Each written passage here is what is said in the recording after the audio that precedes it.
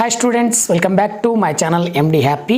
ರಾಧೆ ರಾಧೆ. ಆತ್ಮೀಯ ಪ್ರಥಮ PUC ವಿದ್ಯಾರ್ಥಿಗಳೇ, ಕರ್ನಾಟಕ ಸರ್ಕಾರ ಶಾಲಾ ಶಿಕ್ಷಣ ಇಲಾಖೆ ಪದವಿ ಪೂರ್ವ ಪಾಠ ಆಧಾರಿತ ಮೌಲ್ಯಾಂಕನ LBA ಮಾದರಿ ಪ್ರಶ್ನೆ ಪತ್ರಿಕೆ ವಿಷಯ ಇತಿಹಾಸ ಈ ಮಂಡಳಿ ಬಿಟ್ಟಿರುವಂತಹ ಒಂದು ಘಟಕ ಪರೀಕ್ಷೆ ಜೂನ್ 2026 ಅಂದರೆ ಹೋದ ತಿಂಗಳಲ್ಲಿ ನಡೆಯುವಂಥದ್ದು. ಆದರೆ ಕೆಲವು ಕಾರಣಗಳಿಂದ ಈ ಒಂದು ತಿಂಗಳಲ್ಲಿ ಬಿಟ್ಟಿದ್ದಾರೆ.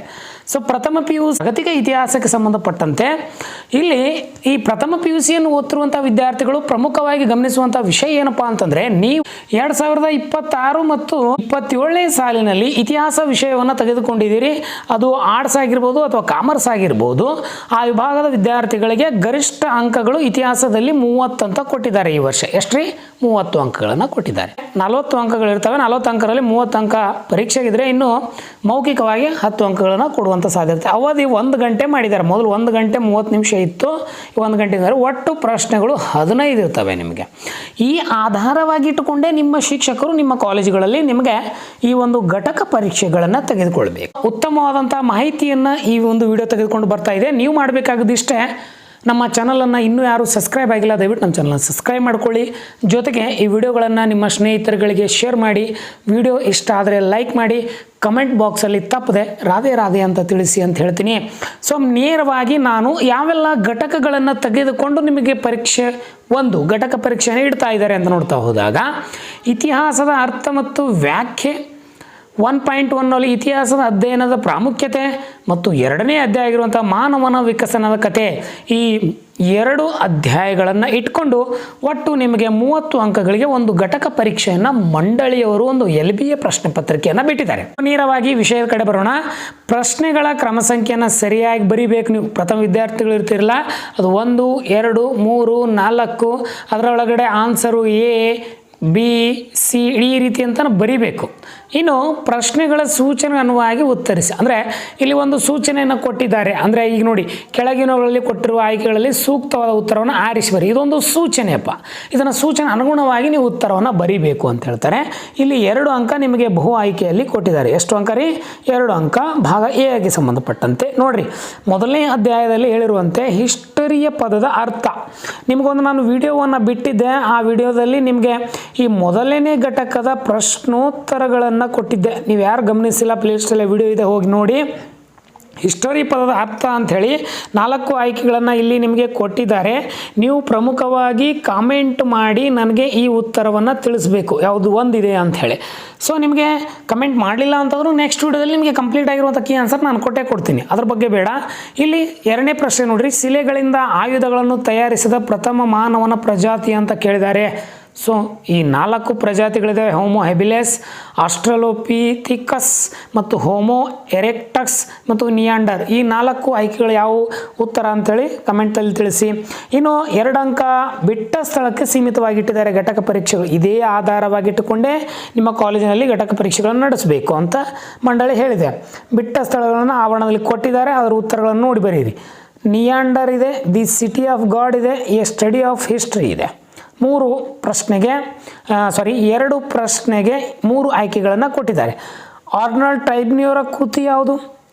ಮತ್ತು ಗುಹೆಗಳನ್ನು ಆಶ್ರಯಿಸಿದ ಮೊದಲ ಮಾನವ ಯಾರು ಅಂಥೇಳಿ ಈ 2 ಪ್ರಶ್ನೆಗೆ ಉತ್ತರವನ್ನು ನಾನು ಮುಂದಿನ ವಿಡಿಯೋದಲ್ಲಿ ಕೊಡ್ತೀನಿ. ಗೊತ್ತಿದ್ದರೆ ಕಮೆಂಟಲ್ಲಿ ತಿಳಿಸಿ. ಇನ್ನು ಹೊಂದಿಸಿ ಬರೆಯಲೇ 3 ಅಂಕ ಇದೆ. ಬಹು ಆಯ್ಕೆಯಲ್ಲಿ ನೋಡಿ, ಬಹು ಆಯ್ಕೆಯಲ್ಲಿ 2 ಅಂಕ, ಬಿಟ್ಟ ಸ್ಥಳದಲ್ಲಿ 2 ಅಂಕ. ಈಗ ಹೊಂದಿಸಿ ಬರೆಯಲ್ಲಿ ನೇರ 3 ಅಂಕ ಕೇಳಿದ್ದಾನೆ. Herodotus, Charles Darwin, Karl Marx. So ನಿಮಗೆಲ್ಲ ಗೊತ್ತಿರುವಂತೆ ಸರಳವಾಗಿ ನಿಮ್ಮ ಸಹ ಉತ್ತರ ಗೊತ್ತಿರ್ತದೆ. ನಾನಿಲ್ಲಿ ಉತ್ತರವನ್ನು ಹೇಳ್ತೀನಿ ನೋಡಿ. ಕಾರ್ಲ್ ಮಾರ್ಕ್ಸ್ ಅವರು ದಾಸ್ ಕ್ಯಾಪಿಟಲ್ ಎಂಬ ಕೃತಿ ಇದೆ. ಹೆರೋಡಾಟಸ್ ಅವರು ನಿಮ್ಗೆ ಗೊತ್ತಿರಲಿ the history of Persian war. ಮತ್ತು ಚಾರ್ಲ್ಸ್ ಡಾರ್ವಿನ್ ಅವ್ರದ್ದು ನಿಮಗೆಲ್ಲ ಗೊತ್ತಿರುವಂತೆ ದಿ ಒರಿಜಿನ್ ಆಫ್ ಸ್ಪೀಸಸ್ ಅಂತೇಳಿ. ಸೊ ಉತ್ತರವು ಈ ರೀತಿ ಇದೆ.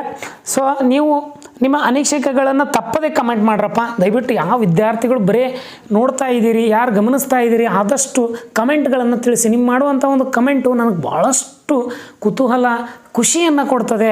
ನಾನು ಬಯಸೋದು ಒಂದೇ ಏನು ನಿಮ್ಮಿಂದ ಅಂತಂದರೆ, ನಾನು ಮಾಡುವಂಥ ವಿಡಿಯೋಗಳು ನಿಮ್ಗೆ ತಲುಪಿದೆ ಅಂತೇಳಿ ನೀವೇನಾದರೂ ಕಮೆಂಟ್ ಮಾಡಿದ್ರೆ ಆದಷ್ಟು ನನ್ನಷ್ಟು ಖುಷಿ ಪಡುವಂಥ ವ್ಯಕ್ತಿ ಯಾರೂ ಇಲ್ಲ ಅಂತ ಹೇಳ್ತಾ, ಈಗ ನಾನು 1 ಅಂಕದ ಪ್ರಶ್ನೆ ಕಡೆ ಹೋಗ್ತೀನಿ. ಇಲ್ಲಿ 2 ನಿಮಗೆ ಏನು ಕೊಟ್ಟಿದ್ದಾರೆ ಅಂತಂದರೆ, ಪ್ರಶ್ನೆ ಕೊಟ್ಟಂತೆ 2 ಅಂಕಗಳನ್ನು ನೀಡಿದ್ದಾರೆ.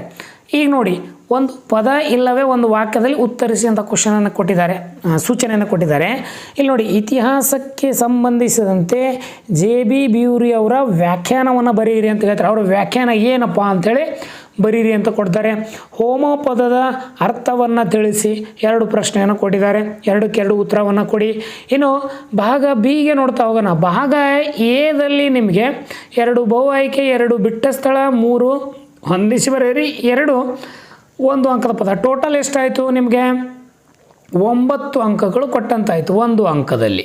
ಇನ್ನು ನೇರವಾಗಿ 2 ಅಂಕಕ್ಕೆ ಬರೋಣ. ಇಲ್ಲಿ 6 ಅಂಕಕ್ಕೆ ವಿಭಾಗ ಸಂಬಂಧಪಟ್ಟಂತೆ ಕೇವಲ 3 ಪ್ರಶ್ನೆಗಳಿಗೆ 2 ಪದ ಅಥವಾ 2 ವಾಕ್ಯದಲ್ಲಿ ಉತ್ತರಿಸಿ ಅಂತ ಕೊಡ್ತಾರೆ. ನೋಡಿರಿ, ಕಾರ್ಲ್ ಮಾರ್ಕ್ಸ್ನ ಕೃತಿಗಳನ್ನು ಹೆಸರಿಸಿ. ಗೊತ್ತಿದೆ ನಿಮಗೆಲ್ಲರಿಗೂ. ಭೂಮಿಯ ಉಗಮ ಮತ್ತು ವಿಕಸನದ ಯಾವುದಾದ್ರೂ 2 ಸಿದ್ಧಾಂತಗಳನ್ನು ತಿಳಿಸಿ, ಅದನ್ನು ಗೊತ್ತಿದೆ. ಜೀವದ ಉಗಮಕ್ಕೆ ಕಾರಣವಾದ 2 ರಾಸಾಯನಿಕ ಯಾವುಗಳು ಅಂಥೇಳಿ ನನಗೆ ಕಮೆಂಟಲ್ಲಿ ತಿಳಿಸಿ. ತೊಂದರೆ ಏನು ಅವಶ್ಯಕತೆ ಇಲ್ಲ. ನಾನು ನೇರವಾಗಿ ಹೇಳೋಕ್ಕೆ ಏನು ಇಷ್ಟಪಡ್ತೀನಿ ಅಂದರೆ, ಇದರ ಒಂದು ಕೀ ಆನ್ಸರ್ ನಿಮಗೆ ನಾನು ಕೊಡ್ತೀನಿ ನೆಕ್ಸ್ಟ್ ವೀಡಿಯೋದಲ್ಲಿ. ಅದ್ರ ಬಗ್ಗೆ ಬೇಡ, ಗೊತ್ತಿದ್ದರೆ ಕಮೆಂಟ್ ಮಾಡಿ, ವಿಡಿಯೋವನ್ನು ಕೊನೆ ತನಕ ನೋಡಿ ಅಂತ ಹೇಳ್ತೀನಿ. ವಿಡಿಯೋ ಲೈಕ್ ಆದರೆ ಒಂದು ಲೈಕ್ ಕೊಡಿ, ನಿಮ್ಮ ಸ್ನೇಹಿತರುಗಳಿಗೆ ಶೇರ್ ಮಾಡಿ. ಚಾರ್ಲ್ಸ್ ಡಾರ್ವಿನ್ ಅವರ ಪ್ರಸ್ತಾಪಿಸಿದ 2 ಸಿದ್ಧಾಂತಗಳನ್ನು ಹೆಸರಿಸಿ. ಈ ಚಾರ್ಲ್ಸ್ ಡಾರ್ವಿನ್ ಅವರು ಪ್ರಸ್ತಾಪನೆ ಮಾಡಿದಂಥ 2 ಸಿದ್ಧಾಂತಗಳು ಯಾವ್ಯಾವು ಅಂಥೇಳಿ ನೀವು ಕಂಪಲ್ಸರಿ ಏನಪ್ಪ ಅಂತಂದರೆ ಅದನ್ನು ಪ್ರಸ್ತಾಪವನ್ನು ಪಡಿಸಬೇಕು. ಆ ಸಿದ್ಧಾಂತಗಳು ಯಾವ್ಯಾವು ಅಂತ ಹೇಳಬೇಕು ಅಂತ ಹೇಳ್ತಾರೆ. ಇನ್ನು ಈ 2 ಅಂಕದಲ್ಲಿ ಯಾವ 2 ಪ್ರಾಣಿಗಳು ಮಾನವನ ಹತ್ತಿರದ ಸಂಬಂಧಿಗಳು ಅಂಥೇಳಿ ಪರಿಗಣಿಸಲಾಗಿದೆ. ನೋಡ್ರಿ, 1 2 3 4 5 ಪ್ರಶ್ನೆಯನ್ನು ಕೊಟ್ಟು ಅದರಲ್ಲಿ ಬೇಕಾದ 3 ಪ್ರಶ್ನೆಗೆ ಬರೀರಿ. ಉತ್ತರ 6 ಅಂಕ ನಿಮಗೆ ಅಲ್ಲಿ ಬೇಕಾಗ್ತದೆ, ಸಿಗ್ತದೆ ಅಂತ ಹೇಳ್ತಾರೆ. 9 + 6 ಎಷ್ಟಾಯ್ತು ರೀ? 15 ಆಯಿತು. ಇನ್ನು ಮುಂದೆ ಹೋಗೋಣ. ಭಾಗ ಸಿಗೆ ಇವಾಗ ಸಂಬಂಧಪಟ್ಟಂತೆ ಗಮನದಲ್ಲಿ ನೋಡ್ಕೊಳ್ಳಿ. 5 ಅಂಕದೇ. 5 ಅಂಕ ಅಂದರೆ 1 ಪ್ರಶ್ನೆಗೆ ಅಂತ ಕೇಳ್ತಾರೆ. ಎಷ್ಟು ಪ್ರಶ್ನೆಗೆ? 1 ಪ್ರಶ್ನೆಗೆ 15 ರಿಂದ 20 ವಾಕ್ಯಗಳಲ್ಲಿ ಉತ್ತರಿಸಿ. 2 ಪ್ರಶ್ನೆಗಳನ್ನು ಕೊಟ್ಟಿದ್ದಾನೆ. 2ರಲ್ಲಿ ನಿಮ್ಗೆ ಯಾವುದಿದೆ ಚಾಯ್ಸಿಂಗ್ ಅಂತ ತೊಗೊಳ್ಳಿರಿ, ಅಥವಾ ನಾನು ಬೇಕಾಗಿ ಸರ್ ನಾನು ಇದನ್ನು ಬರಿತೀನಿ ಅಂತಂದ್ರೂ ನೀವು ಬರಿಬೋದು. ಇತಿಹಾಸದ ಅಧ್ಯಯನದ ಪ್ರಾಮುಖ್ಯತೆಯನ್ನು ವಿವರಿಸಿ. ಪ್ರಥಮ PUC ವಿದ್ಯಾರ್ಥಿಗಳು ನೀವು ಈ PUCಗೆ ಬಂದಾಗ ಲಾಂಗ್ ಉತ್ತರಗಳನ್ನು ವಿವರಣಾತ್ಮಕ ರೂಪದಲ್ಲಿ ಬರೆಯುವಂಥದ್ದು ಕಲಿಬೇಕು. ಇನ್ನು ಭೂಮಿಯ ಮೇಲ್ಮೈ ಹೇಗೆ ರಚನೆಯಾಗಿದೆ ಎಂಬುದನ್ನು ನೀವು ಈ 2ರಲ್ಲಿ 1 ಬರೀರಿ ಅಂತ ಹೇಳ್ತೀನಿ. ಇನ್ನು ನೇರವಾಗಿ ನಾನು 10 ಅಂಕದ ಪ್ರಶ್ನೆ ನಿಮಗೆ ನಾನು ಇಲ್ಲಿ ನೇರವಾಗಿ ಈ ಅಧ್ಯಾಯದ ಮೇಲೆ ಯಾವುದು ಈ ಒಂದು ಮಾನವನ ವಿಕಸನ ಕಥೆಗೆ ಸಂಬಂಧಪಟ್ಟ 10 ಅಂಕ ಫಿಕ್ಸು. ನಿಮ್ಮ ಆ್ಯನ್ಯುವಲ್ ಎಕ್ಸಾಮ್ ಇದೆಯಲ್ಲ, ಆ್ಯನ್ಯುವಲ್ ಎಕ್ಸಾಮ್ 2027ರಲ್ಲಿ ಈ ಪ್ರಶ್ನೆ ಬರ್ತದೆ, ಕಡ್ಡಾಯವಾಗಿ ನೆನಪಿಟ್ಕೊಂಡ್ಬಿಡಿ. ಇನ್ನು ಮಾನವ ವಿಕಸನಕ್ಕೆ ಕಾರಣವಾದ ಪ್ರಮುಖ ಅಂಶಗಳನ್ನು ವಿವರಿಸಿ ಅಂತ ಕೊಡ್ತಾರೆ. ನೋಡ್ರಿ, ಎಷ್ಟು ಉಪಯುಕ್ತ ಮಾಹಿತಿಯನ್ನು ಮಂಡಳಿಯವರು ನಿಮಗೋಸ್ಕರ. ನೋಡ್ರಿ, ನೀವು ಮಾಡಬೇಕಾಗಿಷ್ಟೇ ಏನು, ನಿಮ್ಮ ಶಿಕ್ಷಕರು ಕೊಡುವಂಥ ನೋಟ್ಸ್ ತೊಗೊಳ್ಳಿ, ಜೊತೆಗೆ ನಿಮ್ಮದು ಓನ್ ಆಗಿರುವಂಥ ನೋಟ್ಸ್ ಮಾಡ್ಕೊಳ್ಳಿ. ಇವೆರಡೂ ಬೇಡ ಅಂದರೆ ಟೆಕ್ಸ್ಟ್ ಬುಕ್ ತೊಗೊಳ್ಳಿ. ಟೆಕ್ಸ್ಟ್ ಬುಕ್ಕಲ್ಲಿ ನಿಮಗೆ ಇವುದರ ಆನ್ಸರ್ ಸಿಗ್ತದೆ. ಇದು ಯಾವ ಬೇಡ ಅಂತಂದರೆ ನಮ್ಮ ವಿಡಿಯೋದಲ್ಲಿ ಪ್ಲೇ ಲಿಸ್ಟ್ ಇದೆ ಅಲ್ಲ, ಆ ಪ್ಲೇ ಲಿಸ್ಟಲ್ಲಿ ನಿಮಗೆ ಬೇಕಾಗಿರುವಂಥ ಎಲ್ಲ ವಿಡಿಯೋಗಳಿದೆ. ದಯವಿಟ್ಟು ಇತಿಹಾಸಕ್ಕೆ ಸಂಬಂಧಪಟ್ಟು ಹೋಗಿ ನೋಡ್ಕೊಳ್ಳಿ ಅಂತ ಹೇಳ್ತೀನಿ. ನಮ್ಮದೊಂದು ಟೆಲಿಗ್ರಾಮ್ ಗ್ರೂಪ್ ಇದೆ, ಅದರ ಲಿಂಕನ್ನು ವಿಡಿಯೋದ ಡಿಸ್ಕ್ರಿಪ್ಷನಲ್ಲಿ ಕೊಟ್ಟಿದ್ದೀನಿ. ಆ ಲಿಂಕ್ಗೆ ಜಾಯ್ನ್ ಆಗಿ ಈ PDF ದಯವಿಟ್ಟು ನಮ್ಮ ಒಂದು ಟೆಲಿಗ್ರಾಮ್ ಗ್ರೂಪಲ್ಲಿ ಪಡ್ಕೊಳ್ಳಿ ಅಂತ ಹೇಳ್ತೀನಿ. ಸೊ ವಿಡಿಯೋ ಇಷ್ಟ ಆದರೆ ಒಂದು ಲೈಕ್ ಮಾಡೋದನ್ನು ಮರಿಬೇಡಿ ಅಂತ ಹೇಳ್ತೀನಿ. ಸೊ ಈ ವಿಡಿಯೋವನ್ನು ಇಲ್ಲಿಯೇ ಕೊನೆಗೊಳಿಸ್ತೀನಿ. ಸೊ ಎಲ್ರಿಗೂ ಧನ್ಯವಾದಗಳು. ರಾಧೇ ರಾಧೇಯ.